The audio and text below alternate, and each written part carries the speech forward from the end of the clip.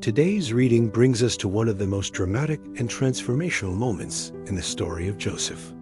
After years of waiting in silence, God lifts Joseph from the prison to the palace.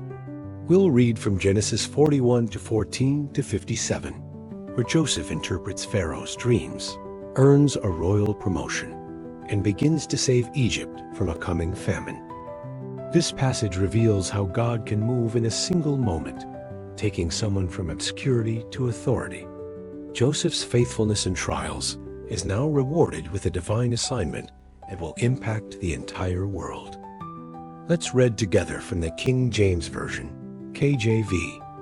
Genesis 41 to 14:57, KJV.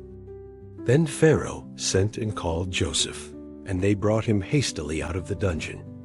And he shaved himself, and changed his raiment, and came in unto Pharaoh. And Pharaoh said unto Joseph, I have dreamed a dream, and there is none that can interpret it. And I have heard say of thee, that thou canst understand a dream to interpret it. And Joseph answered Pharaoh, saying, It is not in me. God shall give Pharaoh an answer of peace. And Pharaoh said unto Joseph, In my dream, behold, I stood upon the bank of the river. And behold, there came up out of the river 7 pinnae, fatfulshed and well-favored, and they fed in a meadow. And behold, 7 other kinnae came up after them, poor and very ill-favored and leanfulshed, such as I never saw in all the land of Egypt for badness.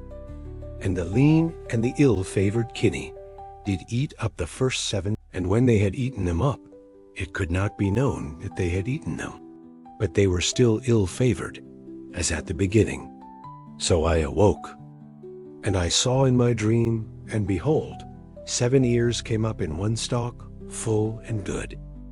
And behold, 7 ears, withered, thin, and blasted with the east wind, sprung up after them.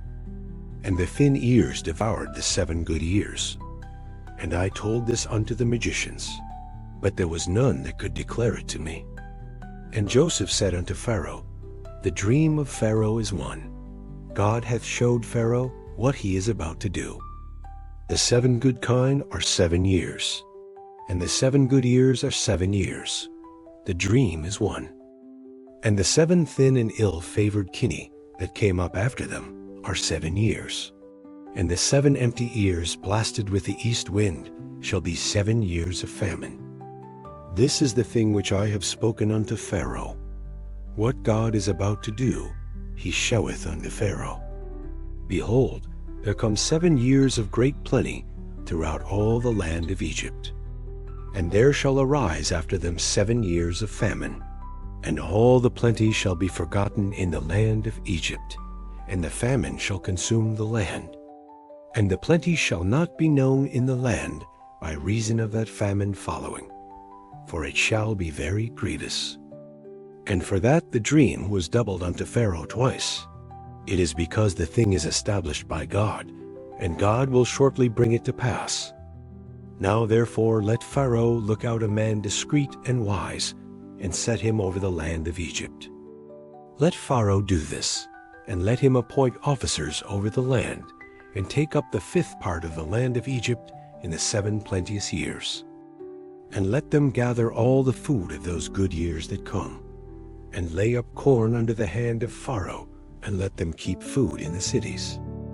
And that food shall be for store to the land against the 7 years of famine, which shall be in the land of Egypt, that the land perish not through the famine. And the thing was good in the eyes of Pharaoh, and in the eyes of all his servants.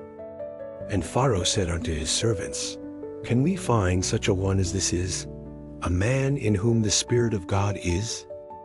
And Pharaoh said unto Joseph, Forasmuch as God hath showed thee all this, there is none so discreet and wise as thou art. Thou shalt be over my house, and according unto thy word shall all my people be ruled. Only in the throne will I be greater than thou. And Pharaoh said unto Joseph, See, I have set thee over all the land of Egypt. And Pharaoh took off his ring from his hand, and put it upon Joseph's hand, and arrayed him in vestures of fine linen, and put a gold chain about his neck. And he made him to ride in the second chariot which he had. And they cried before him, Bow the knee. And he made him ruler over all the land of Egypt. And Pharaoh said unto Joseph, I am Pharaoh, and without thee shall no man lift up his hand or foot in all the land of Egypt. And Pharaoh called Joseph's name Zaphnath-Paaneah, and he gave him to wife Asenath, the daughter of Potiphar, priest of On. And Joseph went out over all the land of Egypt. And Joseph was 30 years old when he stood before Pharaoh king of Egypt. And Joseph went out from the presence of Pharaoh, and went throughout all the land of Egypt.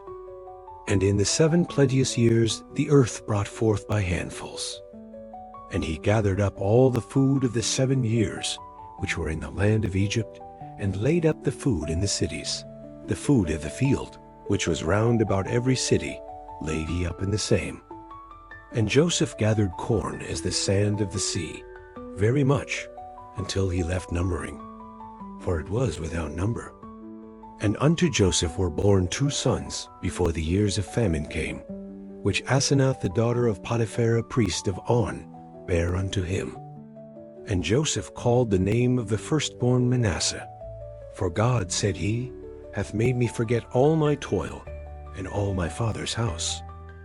And the name of the second called he Ephraim, for God hath caused me to be fruitful in the land of my affliction. And the 7 years of plenteousness that was in the land of Egypt were ended. And the 7 years of dearth began to come, according as Joseph had said, and the dearth was in all lands. But in all the land of Egypt there was bread. And when all the land of Egypt was famished, the people cried to Pharaoh for bread. And Pharaoh said unto all the Egyptians, Go unto Joseph, what he saith to you do. And the famine was over all the face of the earth. And Joseph opened all the storehouses, and sold unto the Egyptians. And the famine waxed sore in the land of Egypt. And all countries came into Egypt to Joseph for to buy corn, because that the famine was so sore in all lands. This passage is a powerful moment of divine reversal. Joseph, once a forgotten prisoner, is now called into Pharaoh's palace. In one conversation, his entire life changes. But this moment did not happen suddenly. It was the result of years of faithfulness, humility, and trust in God's timing. Pharaoh summons Joseph after hearing of his ability to interpret dreams. Joseph stands before the most powerful man in Egypt and immediately gives credit to God. He says, It is not in me. God shall give Pharaoh an answer of peace. This reveals Joseph's heart. Even after suffering injustice, he has not grown bitter or proud. He still honors God first. Pharaoh describes his troubling dreams. 7 healthy cows are devoured by 7 sickly ones. 7 full ears of corn are swallowed by 7 thin ones. None of Egypt's wise men can interpret the dreams. But Joseph does not hesitate. He explains that the dreams are one message from God. 7 years of abundance are coming, followed by 7 years of severe famine. He also tells Pharaoh the dream was repeated to confirm that it is established by God and will happen soon. Then Joseph goes further. He advises Pharaoh to appoint a wise and discerning man to manage resources during the years of plenty. Pharaoh, impressed by Joseph's wisdom and integrity, declares that there is no one more qualified. He places Joseph in charge of all Egypt, second only to the throne. Joseph is given royal clothing, Pharaoh's ring, a gold chain, a chariot, and a new name. He is also given Asenath as a wife, and she bears him 2 sons before the famine comes.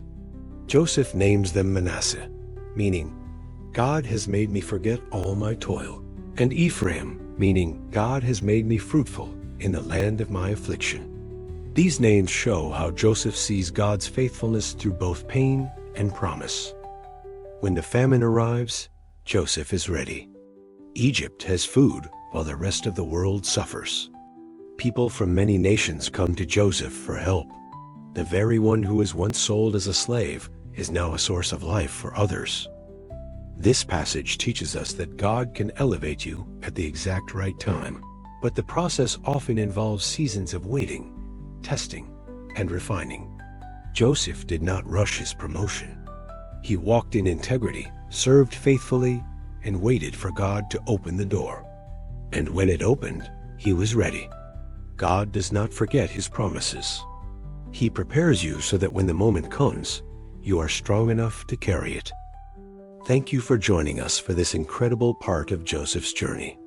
From prison to palace, from forgotten to favored, Joseph's rise reminds us that God never wastes our waiting. Every moment of pain, every test of character, every quiet act of faith was shaping Joseph for this divine assignment. And when the moment came, Joseph gave God the glory and served with wisdom, humility, and strength. If this message encouraged you, we invite you to subscribe to our YouTube channel for more deep Bible studies, powerful prayers, and uplifting teachings. Don't forget to turn on notifications so you can walk with us through every chapter of God's Word. If you are in a season of preparation, uncertainty, or delay, leave us a comment or send us a message. We would be honored to pray for you and your family. All Bible verses used in this video are quoted from the King James Version, KJV, which is in the public domain and freely available for use. Our commentary, explanations, and additional content provided are original and intended for educational, inspirational, and devotional purposes. Please note, all interpretations, explanations, and commentary reflect exclusively our channel's perspective. You may feel hidden, but you are not forgotten. God is preparing you for a purpose greater than you can imagine. Today's reading brings us to one of the most surprising chapters in Genesis. While the story of Joseph just began, Scripture pauses to tell us about Judah, one of Joseph's brothers, and a deeply personal, flawed, and unexpected moment in his life. We'll read from Genesis 38 to 1 to 39 to 23, which includes Judah's scandal and then returns to Joseph's test of character in Egypt. These verses contrast failure and faithfulness, temptation and integrity, showing us that even when people fall, God continues his redemptive work, and when people stand firm, he honors them. Let's read now from the King James Version, KJV. Genesis 38 to 1 to 39 to 23, KJV.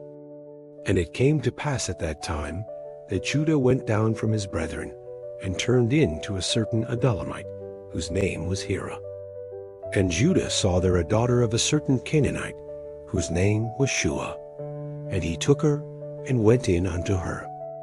And she conceived and bare a son. And he called his name And she conceived again and bare a son. And she called his name Onan. And she yet again conceived and bare a son, and called his name Shelah. And he was at Shezib when she bare him. And Judah took a wife for his firstborn, whose name was Tamar. And Judah's firstborn, was wicked in the sight of the Lord, and the Lord slew him. And Judah said unto Onan, Go in unto thy brother's wife, and marry her, and raise up seed to thy brother. And Onan knew that the seed should not be his. And it came to pass, when he went in unto his brother's wife, that he spilled it on the ground, lest that he should give seed to his brother. And the thing which he did displeased the Lord, wherefore he slew him also. Then said Judah to Tamar his daughter-in-law, Remain a widow at thy father's house, till Shelah my son be grown. For he said, Lest peradventure he die also, as his brethren did. And Tamar went and dwelt in her father's house. And in process of time, the daughter of Shua Judah's wife died. And Judah was comforted, and went up unto his sheep-shearers to Timnath, he and his friend Hira the Adullamite. And it was told Tamar, saying, Behold, thy father-in-law goeth up to Timnath to shear his sheep. And she put her widow's garments off from her, and covered her with a veil, and wrapped herself, and sat in an open place, which is by the way to Timnath.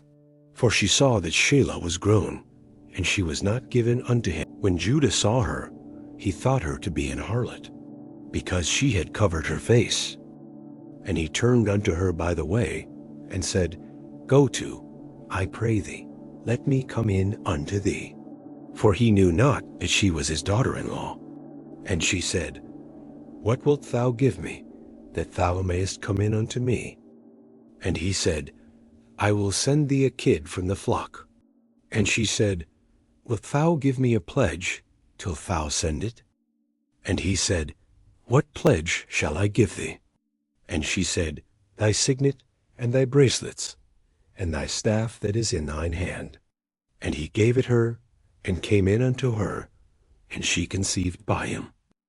And she arose, and went away, and laid by her veil from her, and put on the garments of her widowhood. And Judah sent the kid by the hand of his friend the Adullamite, to receive his pledge from the woman's hand, but he found her not.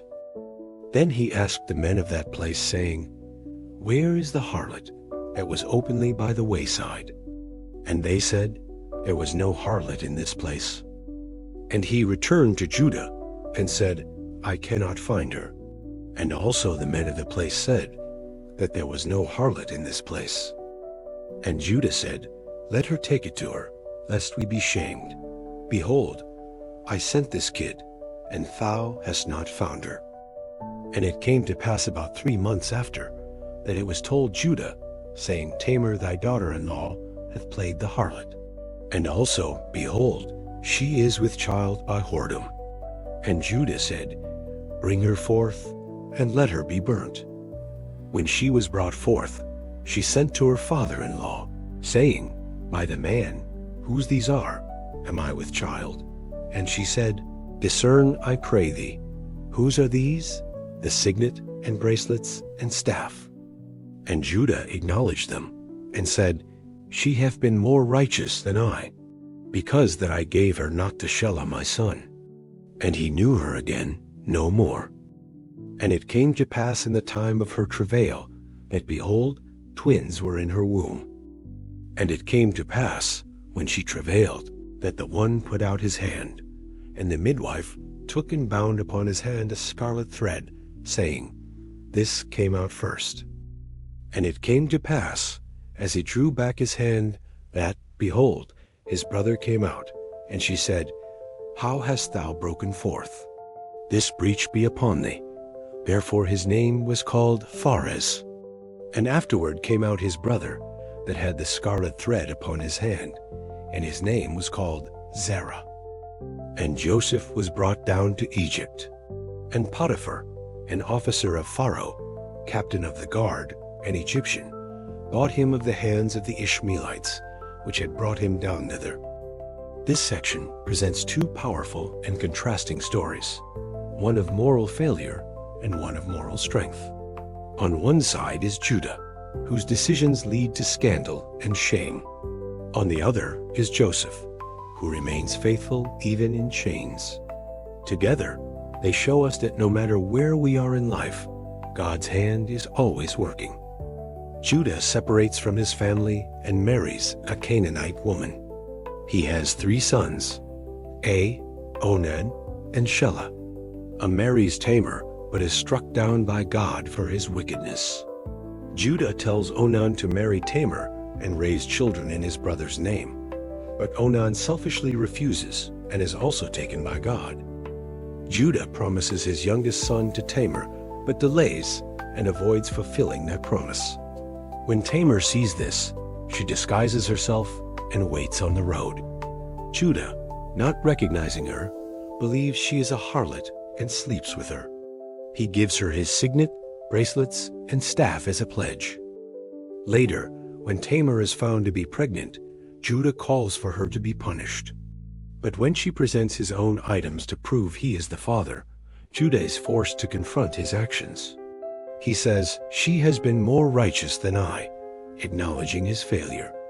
Tamar gives birth to twins, Pharez and Zara. From Pharez will come the lineage of King David, and eventually Jesus Christ.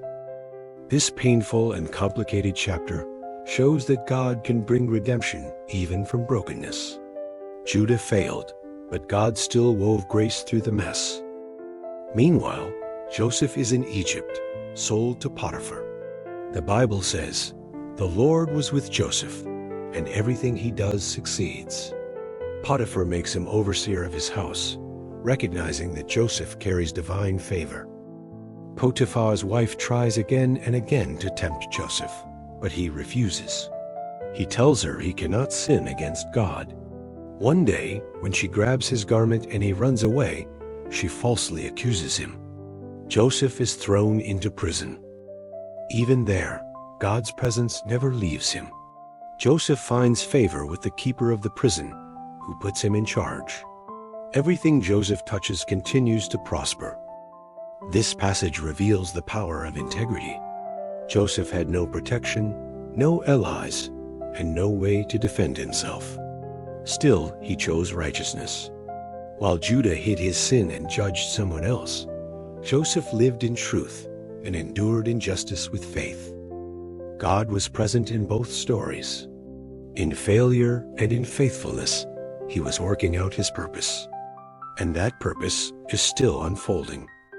Thank you for reading with us today as we followed two very different paths: Judah, who stumbled into failure, and Joseph, who stood firm in faith.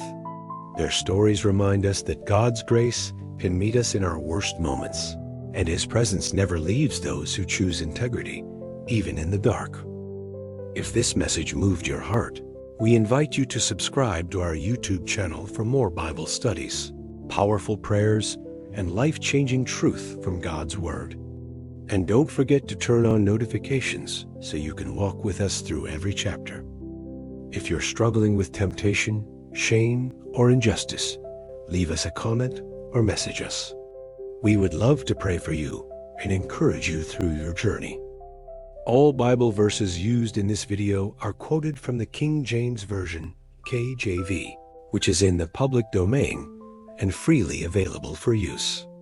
Our commentary, explanations, and additional content provided are original and intended for educational, inspirational, and devotional purposes. Please note, all interpretations, explanations, and commentary reflect exclusively our channel's perspective. No matter your past, God is still writing your story. Whether you're in the pit, the palace, or somewhere in between, He is with you, guiding you toward His promise. Today's reading continues Joseph's incredible journey, showing us how God begins lifting him from the depths of prison into a place of influence. We'll read from Genesis 40:1 to 41-13, where Joseph interprets dreams for Pharaoh's officials, and the door to his future begins to open.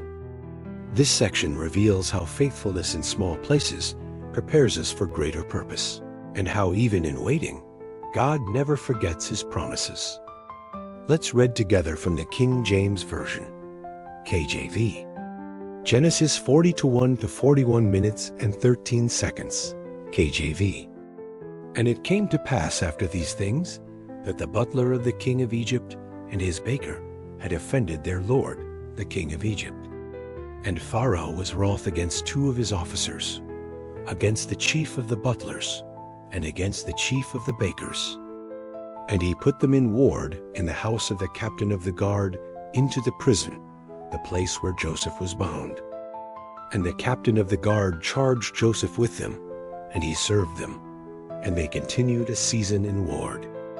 And they dreamed a dream, both of them, each man his dream in one night, each man according to the interpretation of his dream, the butler and the baker of the king of Egypt, which were bound in the prison. And Joseph came in unto them in the morning, and looked upon them, and behold, they were sad. And he asked Pharaoh's officers that were with him in the ward of his lord's house, saying, Wherefore look ye so sadly today?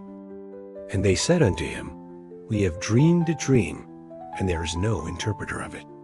And Joseph said unto them, Do not interpretations belong to God?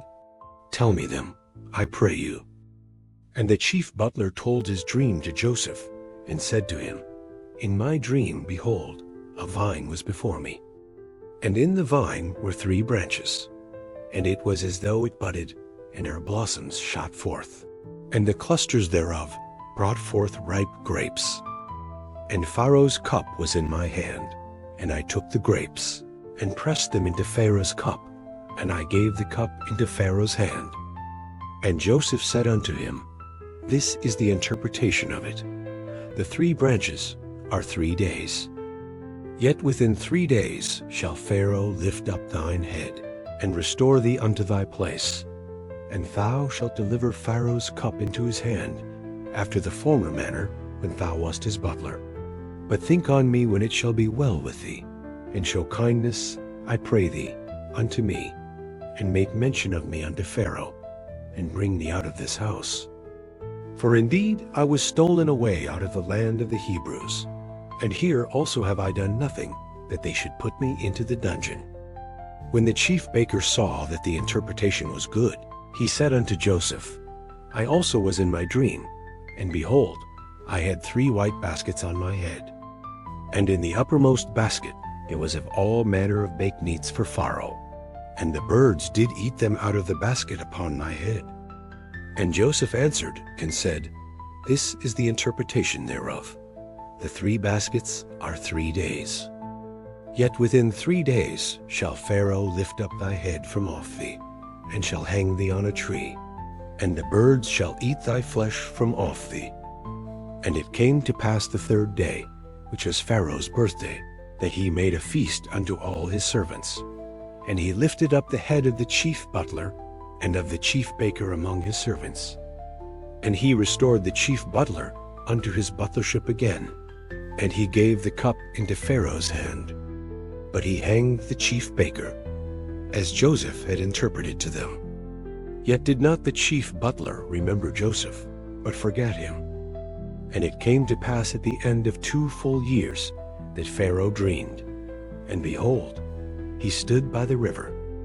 And behold, there came up out of the river 7 well-favored kine and fatfulshed, and they fed in a meadow. And behold, 7 other kine came up after them out of the river, ill-favored and leanfulshed, and stood by the other kine upon the brink of the river. And the ill-favored and lean-felshed kine did eat up the 7 well-favored and fat kine. So Pharaoh awoke, and he slept and dreamed the 2nd time. And behold, 7 ears of corn came up upon one stalk, rank and good. And behold, 7 thin ears and blasted with the east wind sprung up after them. And the 7 thin ears devoured the 7 rank and full ears. And Pharaoh awoke, and behold, it was a dream. And it came to pass in the morning that his spirit was troubled. And he sent and called for all the magicians of Egypt, and all the wise men thereof. And Pharaoh told them his dream. But there was none that could interpret them unto Pharaoh. Then spake the chief butler unto Pharaoh, saying, I do remember my faults this day. Pharaoh was wroth with his servants, and put me in ward in the captain of the guard's house, both me and the chief baker. And we dreamed a dream in one night, I and he. We dreamed each man according to the interpretation of his dream. And there was there with us a young man, an Hebrew, servant to the captain of the guard. And we told him, and he interpreted to us our dreams. To each man according to his dream he did interpret. And it came to pass, as he interpreted to us, so it was. Me he restored unto mine office, and him he hanged. In this passage, we see a turning point in Joseph's journey, even though the door to his destiny has not fully opened yet. Joseph continues to live faithfully in prison, forgotten by men, but never forgotten by God. What seems like delay is actually preparation. Joseph meets 2 of Pharaoh's officers, the chief butler and the chief baker, after they're thrown into prison for offending the king. Both of them have dreams on the same night and are troubled. When Joseph sees their sadness, he asks about it and offers to interpret the dreams, reminding them that interpretations belong to God. The butler's dream involves a vine with 3 branches that blossoms and produces grapes. Joseph tells him it means that in 3 days he will be restored to his position. Joseph asks him to remember him and mention him to Pharaoh, explaining that he is in prison unjustly. The baker's dream involves baskets of bread on his head and birds eating from them. Joseph interprets this to mean that in 3 days the baker will be executed. Just as Joseph said, both interpretations come true on Pharaoh's birthday. However, the butler forgets Joseph completely, and 2 more years pass. Then Pharaoh himself has troubling dreams. In the first, 7 healthy cows are eaten by 7 sickly ones. In the second, 7 full ears of corn are swallowed by 7 thin and withered ones. No magician or wise man in Egypt can interpret the dreams. This is when the butler finally remembers Joseph and tells Pharaoh about the young Hebrew in prison who correctly interpreted dreams 2 years earlier. These moments show us that Joseph remained consistent in character, even when he had every reason to give up. He used his gift in a place of confinement. He honored God with his wisdom. Though he was forgotten by people, God remembered him and positioned him exactly where he needed to be for what was coming next. This chapter teaches us that even in delay and disappointment, God is working. Our job is not to rush the outcome, but to stay faithful in the present. Joseph's breakthrough began with small, quiet acts of obedience. Your breakthrough might too. Thank you for joining us in this powerful reading from the life of Joseph.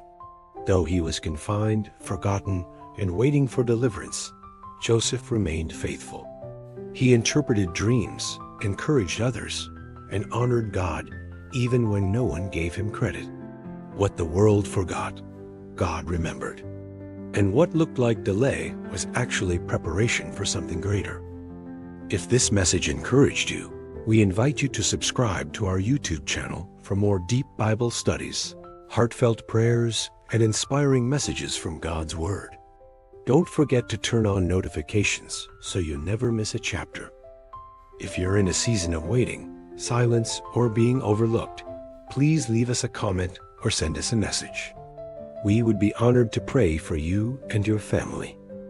All Bible verses used in this video are quoted from the King James Version, KJV, which is in the public domain and freely available for use. Our commentary, explanations, and additional content provided are original and intended for educational, inspirational, and devotional purposes.